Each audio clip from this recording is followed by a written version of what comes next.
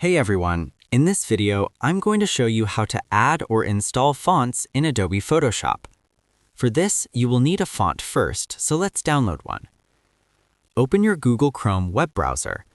In the address bar, search for dafont.com.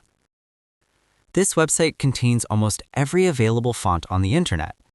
But if you can't access this website, there are others such as fonts.google.com and 1001fonts.com. I will leave all the links in the description so that you can find them easily.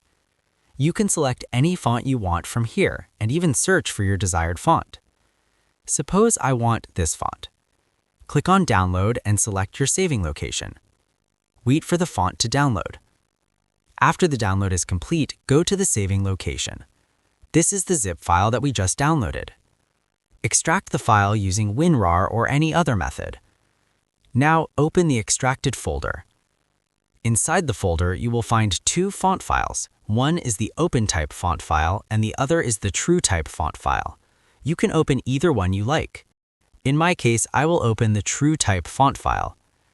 In this window, click on Install. Now let's go ahead and open Photoshop.